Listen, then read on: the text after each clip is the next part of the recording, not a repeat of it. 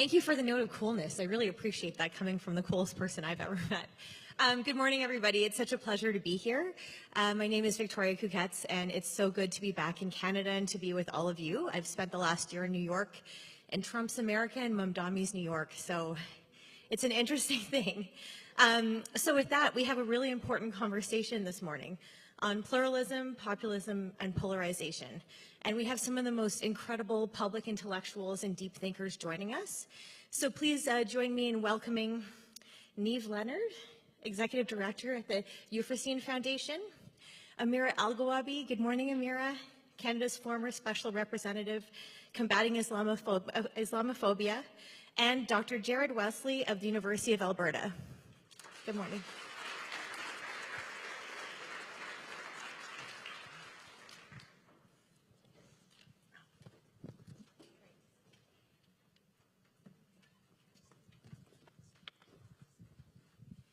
Okay, so we've had such a hard-hitting panel set the stage for us today, and so I think it's a really good segue into ours.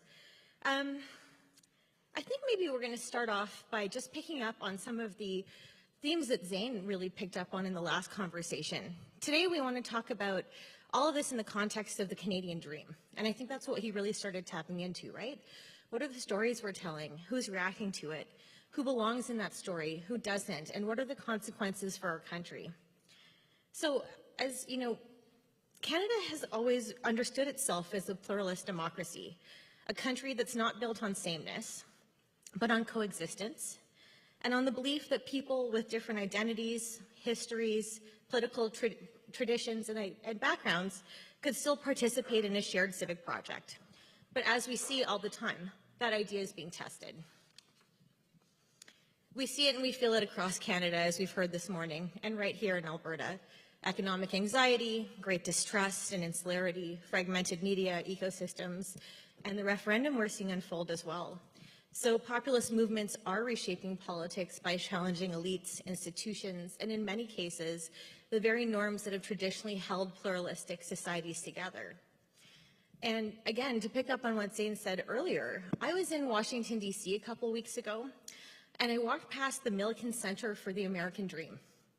And I realized, whether people agree with it or not, the American dream is globally legible. You say those two words and people know what we mean. It tells a story about what the country believes it's striving towards. So I found myself wondering, what is the Canadian dream today? And what has it been over time? It feels harder for me to define. And so I asked, what are we actually trying to build together? Is it pluralism? Is it economic opportunity? Is it social cohesion? Is it democratic belonging? And what happens when people don't feel included? So that's really the conversation that I'm excited to welcome all of you into.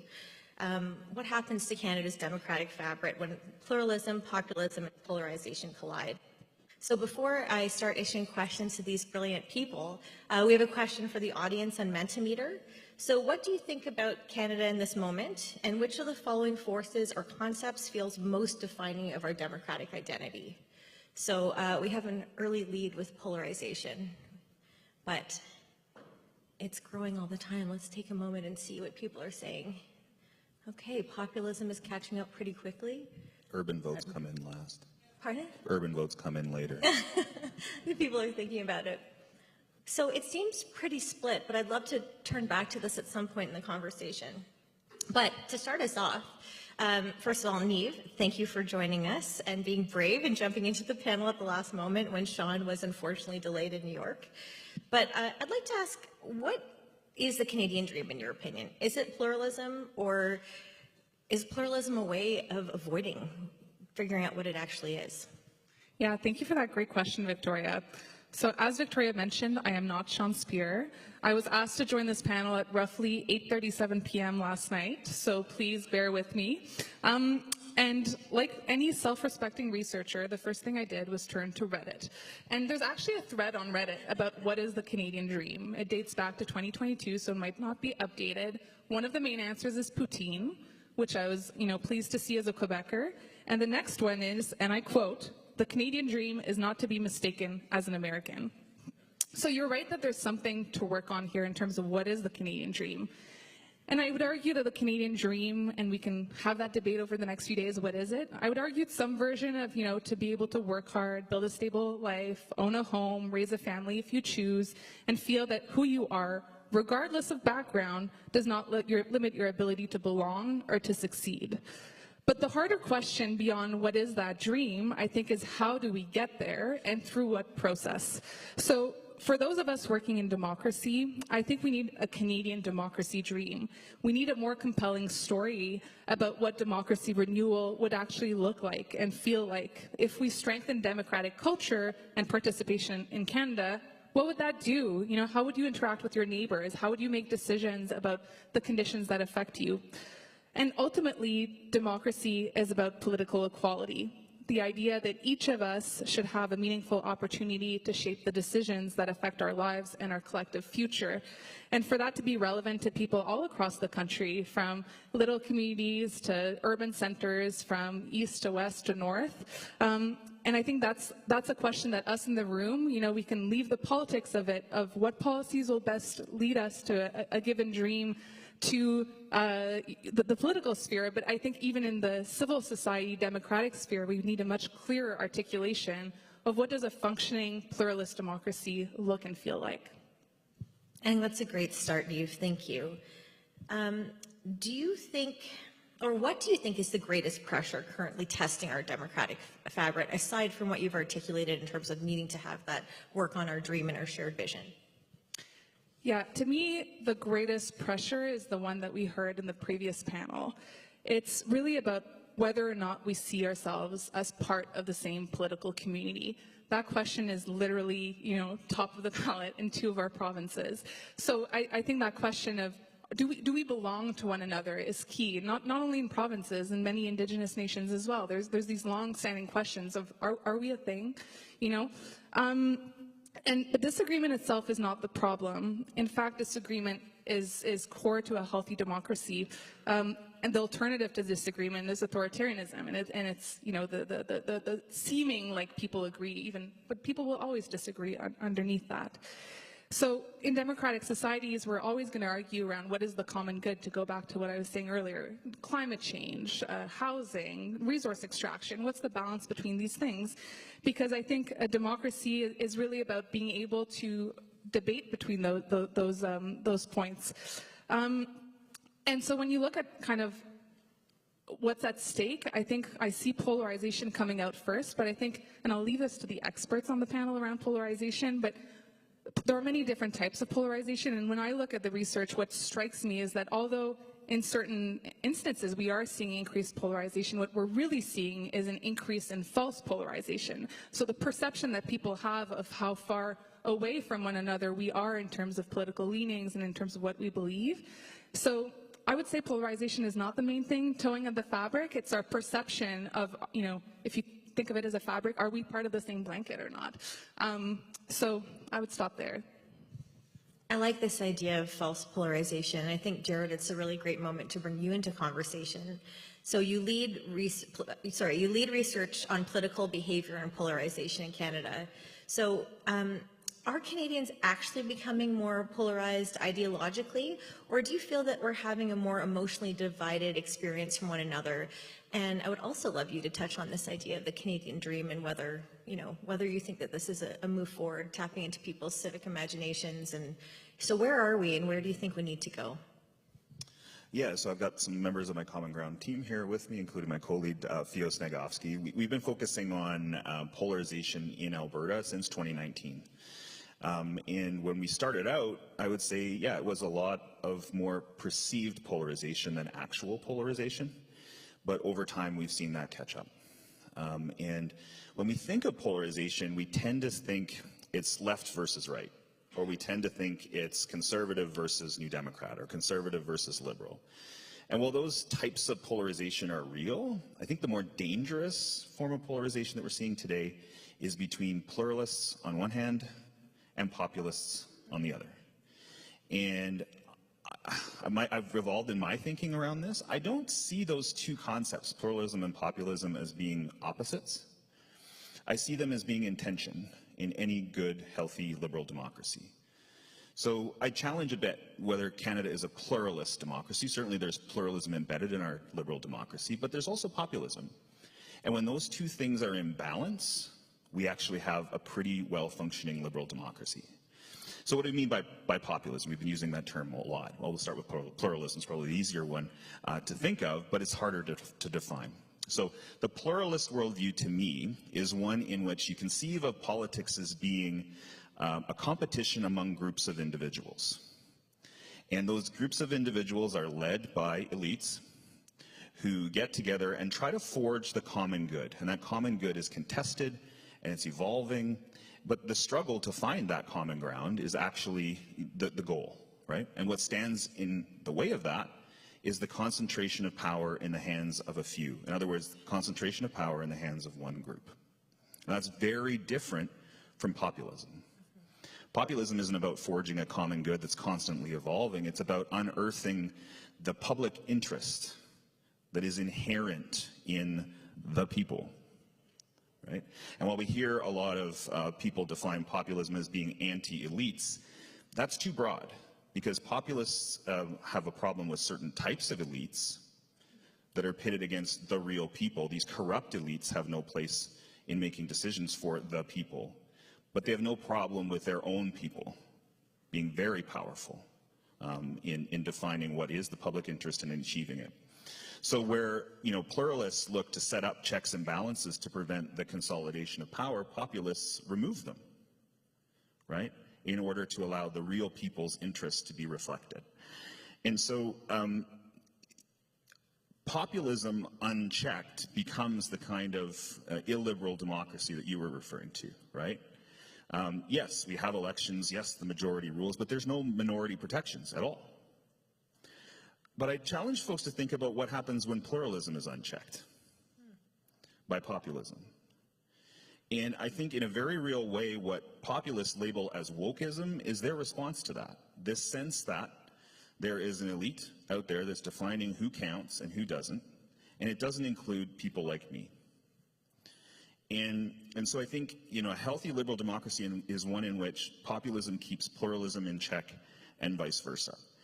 And so when we think about polarization, we often race to, well, it must be left versus right, because right now, populism is being dominated by far-right voices.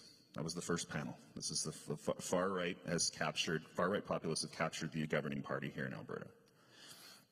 And progressives tend to be the only voices out there championing pluralism. Well, guess what? There's a lot of left-wing populists that have lost their voice.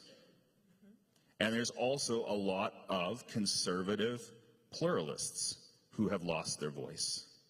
And until those folks step up and start pushing back within their own movements and within their own parties, we're not likely to find that balance return again.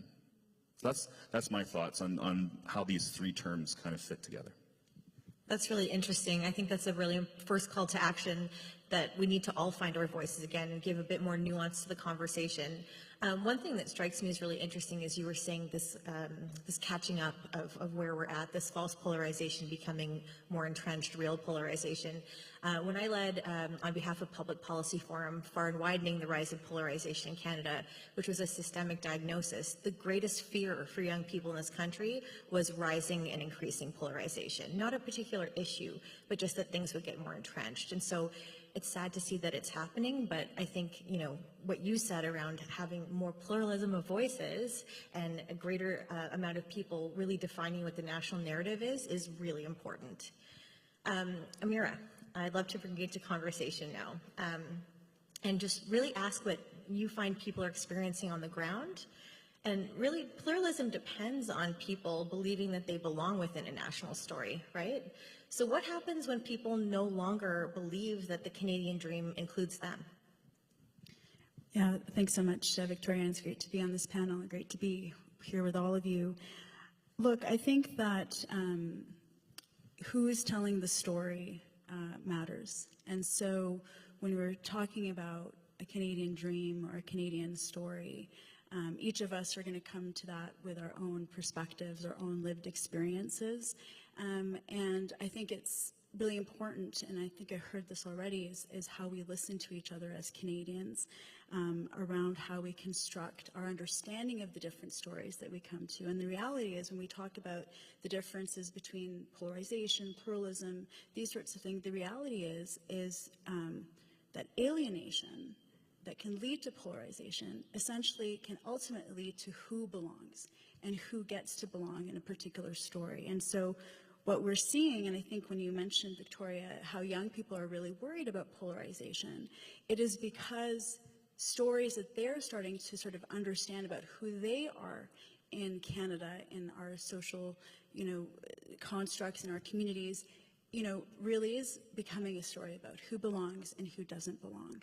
And more so, it is vulnerable, marginalized communities. Now, of course, for First Nations, Inuit, and Métis peoples, we have been unlearning and learning how to ensure that we redress the wrongs that have been done through colonization, and which those stories were not part of Canada's national story and understanding. And already the work that we have to do to understand that. And the reaction, though, that you mentioned around a backlash against wokeism, as it's called, or DEI, or what we're seeing where it's residential school denialism, all of that is because there are grievances, there are people who are feeling that they are at risk of not belonging to a particular story about what Canada is, and therefore they feel threatened by hearing about the realities, the histories, the current experiences of different groups that make up our country. And so I think the challenge for all of us in a room like this is to think about, in our own spaces, in our workplaces, in our own communities, in our own any type of interactions that we have, how are we pushing back against that trend towards division or alienation or resentment that can exist, and due to the online space that we're all very familiar with, is really amplifying those grievances, those divisions. And, unfortunately, we just saw what happened in San Diego this week, where you had two young people, and increasingly here in Canada, it is young people who are radicalizing towards extremist violence, who are radicalizing to hate other communities, whether it's Muslims, Jewish, GLBTQ, Black, Asian, sadly, any group that is viewed as the other, and constructing an in-group and an out-group. And so all of these trends really, kind of go to the heart of this conversation, is that, yes, there are political trends that we're seeing. There are those politicians who are going to avoid talking about the deep structural inequalities that we have in our society that we need to rectify, and will instead, think about, maybe we don't need to support refugee health care. Maybe we don't need to have so many immigrants, rather than actually engage the economic, political, social issues from a place of authenticity versus a place of political pandering that is, as we heard in the first panel, really being amplified by this entire huge online sort of army, and of course influenced by foreign interference as well, that is taking advantage of these cleavages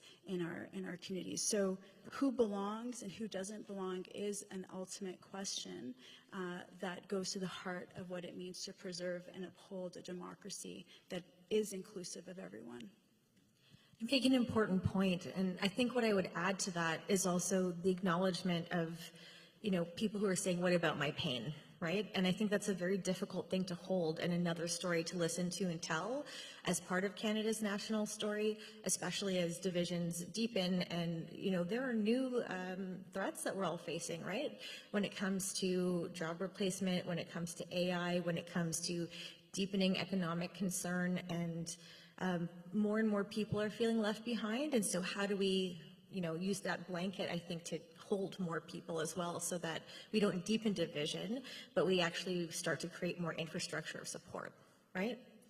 I do want to ask, maybe just very quickly, all of you, because you started to talk about the leadership that's required. So you've had a very public position, and you've done this work very courageously. Thank you for that. And I think having a voice and being on the public stage right now is really hard because of the social risk involved. And so I just wonder what the three of you think. How can leaders better respond to fear and anxiety in ways that acknowledge these concerns? Knowing the risk profile and trying not to deepen division or inflaming polarization. Like, we've seen hundreds of politicians step back over the past few years because the work is so hard and so draining. Niamh, do you want to start?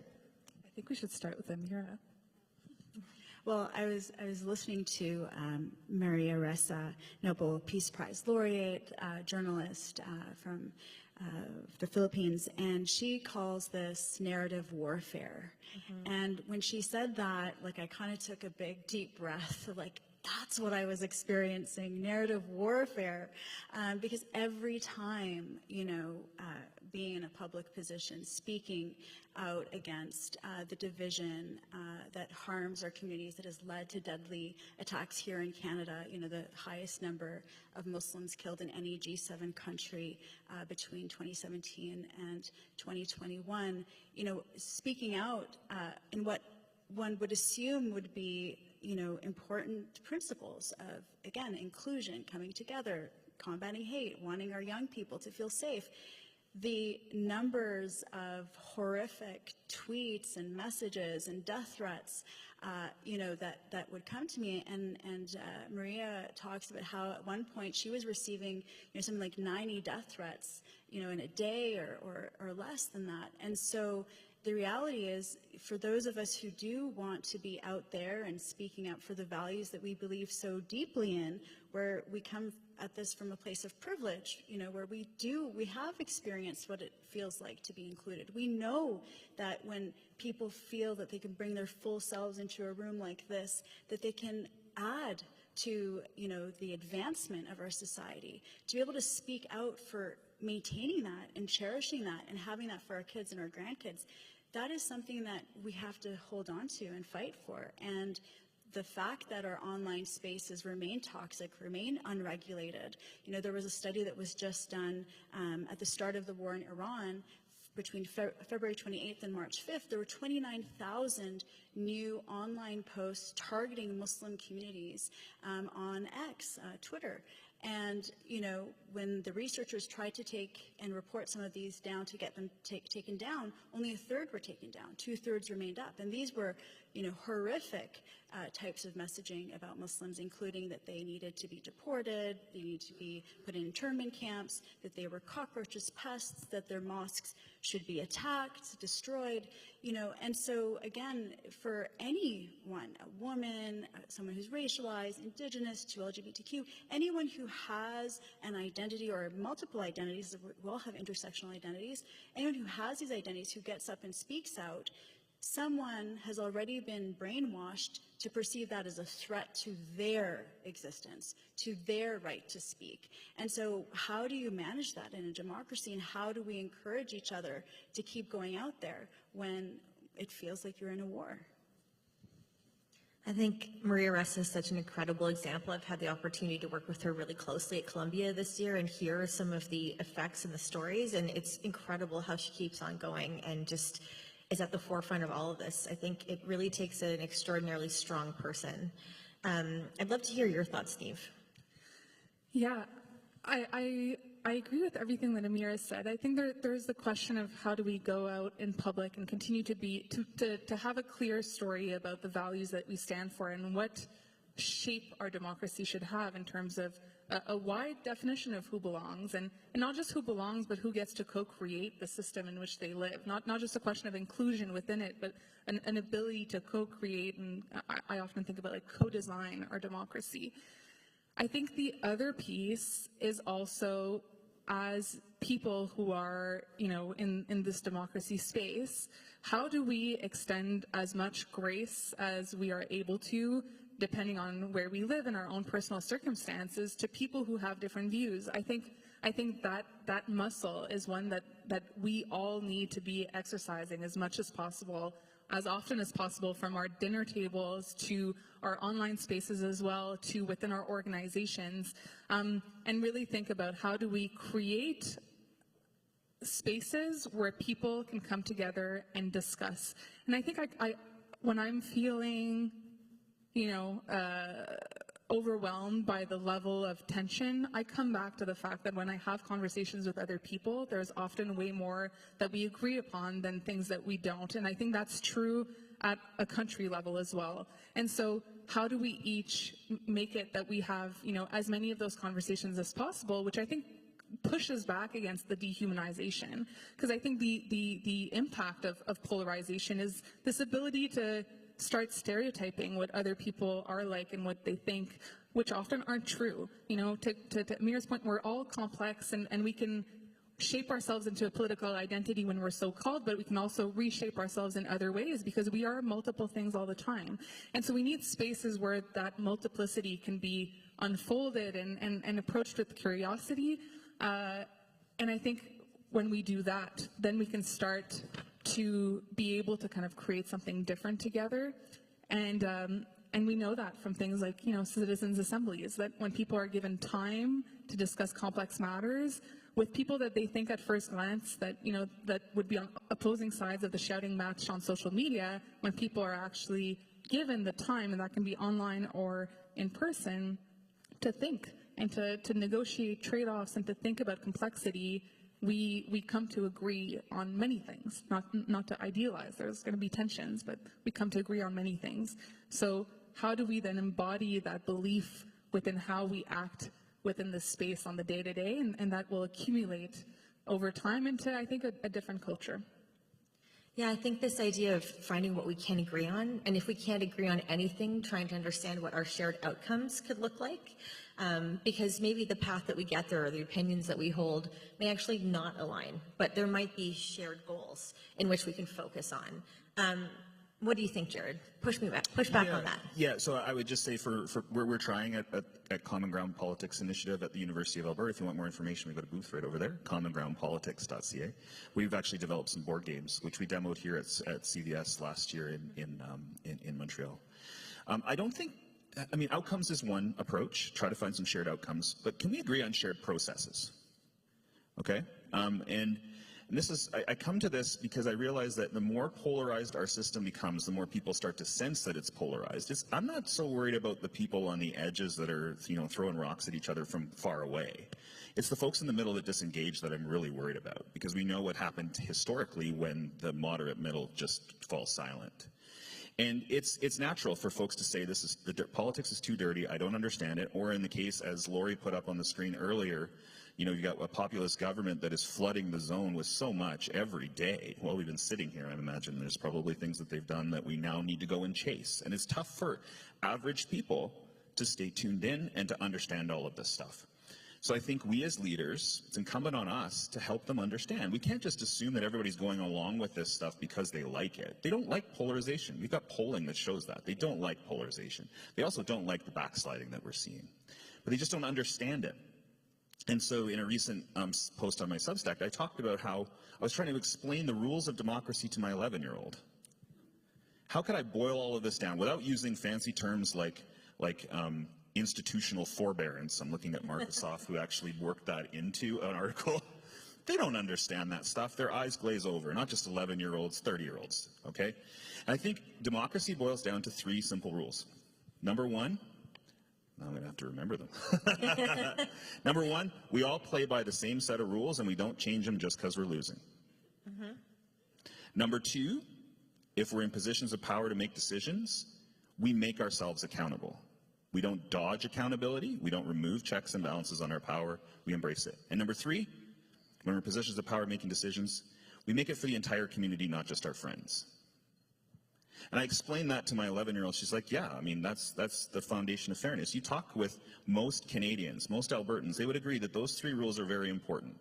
And then you bring out the list that Lori put up and go, here's how rule number 1, number 2, and number 3 are being broken. Here are the buckets now you can use to make sense of this flood of democratic backsliding that we're seeing. And my hope is that leaders can start to embrace, not simplifying it, but helping people to make sense of it through fairness.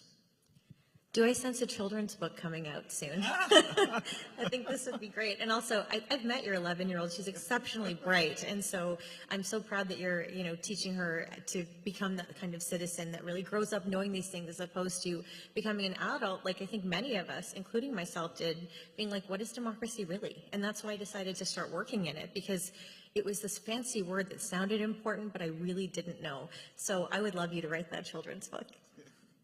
Can I just jump in for a second? Yes. I remember trying to prepare some kind of statement when I was working in government, and I was using the word democracy, and I'm not kidding when I tell you that one of our comms experts, who will remain unnamed, just said to me, don't use the word democracy, because people don't resonate with that word. They just don't. It just doesn't mean anything to them. It just goes over their head. So that's the first thing that I'll share there. And to Jared, my question would be, your points make full sense here in a captive room like this, but when we hear about, again, that flooding of the zone, the fact that the algorithms make what's angry, upsetting, divisive, reach more and more people's screens and minds, I just don't know how fairness and reasonableness and democracy and all these things are actually going to reach that average person, who may not be interested, but even if they were, it is so difficult to get any attention when you are reasonable and when you are fair. Well, I'm not advocating you be unfair, but I think as Zane has said, we've got to up our game as folks that are champions of pluralism to try to punch through with stories, right? What we're talking about here is expanding the scope of the we in our politics again and shrinking the they, okay? And I was talking with some Indigenous elders about this too, and this is part of a lot of Indigenous traditions as well. It comes through storytelling. I really do think that it comes through, like, telling the story. I'm not saying go tell the story of the corrupt care scandal here in Alberta, although it's worth telling that story. But if you can look at it through the lens of those three rules, it does make sense. It's clear that they're not governing on behalf of all of us. They're just in it for their friends. They're changing the rules as they go along. How fair is that? Most people would go, you know what, that isn't fair. You don't have to take the next step and go, well, what if the shoe were on the other foot and Nahid Nenshi was going to behave like this? I think that's too much of a step for people, because the people that are locked in this can't possibly envision a Nahid Nenshi premiership in the first place. But secondly, because it's not about putting the shoe on the other foot. It's about these foundational principles. That's where I think our research shows the common ground is, right? I think there is a common sense of fairness in Canada. Neve, I see you excitedly ready to jump in. Yeah, Go for I it. can just add one thing. On the topic of how do we talk about democracy succinctly, I think we've clearly all spent a lot of time trying to think, how do we talk about this? And for me, the best way I've heard it talked about was by Steve Lee, who is a consultant that worked on the New Majority project, interviewing 58 organizations working on democracy in Canada. And in one of the calls I had with Steve after, he said in passing, he was like, basically what I take from these interviews is democracy is, do I get what I want? And if I don't, do I understand why? And do I think it's fair?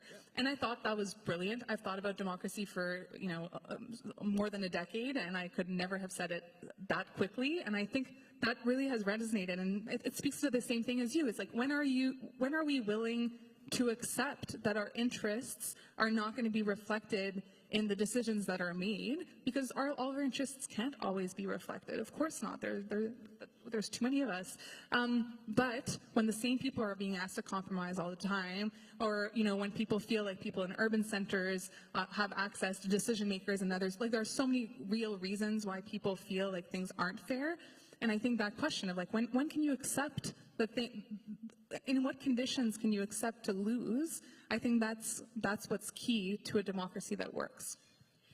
Yeah, I agree. But that's what scares me about this separatist referendum, is that even if they do, I'm quoting the first panel, even if they do get their asses handed to them, there will be a Stop the Steal movement that simply does not accept and provide what we call loser's consent, which is a core democratic foundation. And I'm not sure any of us is prepared to deal with that. So I agree with all of that, but there's still a segment that just don't believe that the rules apply to them, A, or B, that the rules matter as much as the outcomes. So a couple of things there. Number one, I'm going to start inviting the audience to get their questions ready, but I want to stay on this moment of what it takes for a second. So number one, I thought Steve did such a great job. So for background, Neve and Amanda Monday from New Majority and a number of people across the democratic ecosystem engaged this brilliant consultant to actually understand how it operated, who were the actors working in it, what were the grievances, what were the opportunities. And so now we actually have the foundation of what our ecosystem looks like. But I think it took an outsider to do it and to do it well and to simplify it. So I think, that's another piece I want to put out there. If we know people who consider themselves outsiders to our democracy, how do we get them in and how do we get them talking and synthesizing this information? The other piece I wanted to discuss really quickly, and I'm going to do this as a rapid fire round so that we can get back to the audience and get their questions, is the work I've been doing at the Obama Foundation this year has really rested on, contending with this assumption that polarization is this new, unprecedented thing. We're all so surprised. No one knows what to do. How do we move forward? But if you look at the contours of both American and Canadian history, we've always been polarized, just in different ways. And so if we've always been polarized, we shouldn't be surprised. And if we're not surprised, then how can we be prepared to lead? And so I've been doing interviews across sectors to really understand people's experiences on the ground. What does it actually take in terms of leadership qualities and skills to navigate polarization? So I think with that, I would love to know one piece of advice or one characteristic that you think is really important to be prepared and ready to work through all of this. Jared. Yeah, real quick.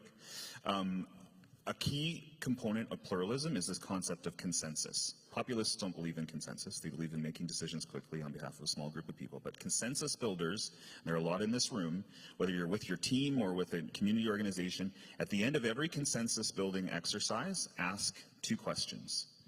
Does everyone feel heard? And does everybody feel comfortable moving forward in the following direction rather than standing still? And I think pluralists will buy into the process and say, yeah, I didn't get my way on this one, but we're moving forward together is probably better than just standing still. So that's my piece of advice. Simple and powerful. I love it. Mira. So building on that, I would say just making sure that everyone who should be part of that consensus building is there and part of that consensus building, because there is a lot of decisions that do get made without full sort of engagement with people who are most impacted or affected and without their input and insight. So building on consensus, but ensuring that as many viewpoints, perspectives are included in getting there as well. I thought the Canadian government's public consultation on AI was done pretty well. So I think, how can that be a replicable model? Thank you. Neve. I think what I would add to that is that as leaders, and I hate the word leader, but as the container in many of these spaces, I think another part that is not to be discounted is for each of us to do the work of actually thinking through and being grounded within what do we stand for and being able to make space between action and reaction.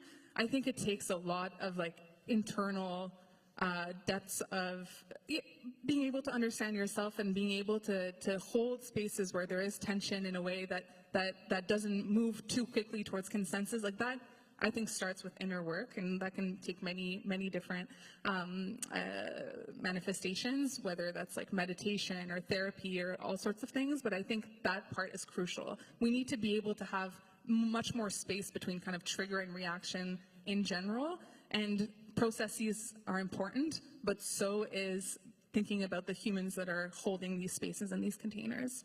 That's really interesting, because over and over, I keep hearing that self-regulation and having a practice around that when we're in more contested spaces is a huge part of the leadership qualities that we need. So anyway, this framework is forthcoming, but I would love to turn to the audience now and take a question or two while we have time.